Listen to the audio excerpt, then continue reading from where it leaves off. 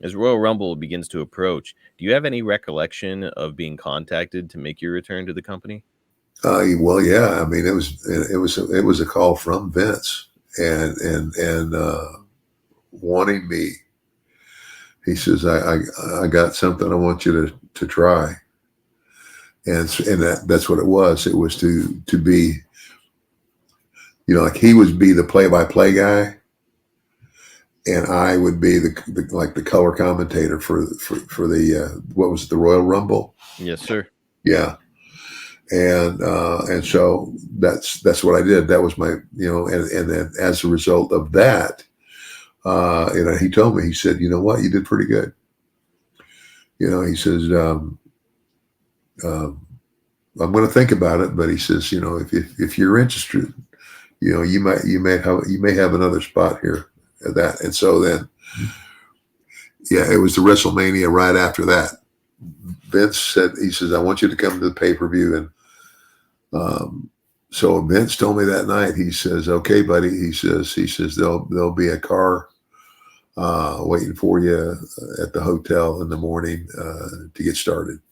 And so I went from that WrestleMania night to getting in the car the next morning and we stayed somewhere really close, and went to Stanford, and now I'm on my way with the voiceover thing.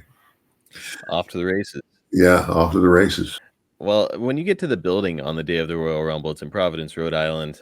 Is it surreal being there without your gear or knowing that you've got a match ahead? Like, for perspective, you've been doing this for whatever it is at this point, 20 years, and now Yeah, all of a sudden you're still one of the boys, but you're not doing the stuff you're usually doing. yeah, yeah. It was a little strange feeling.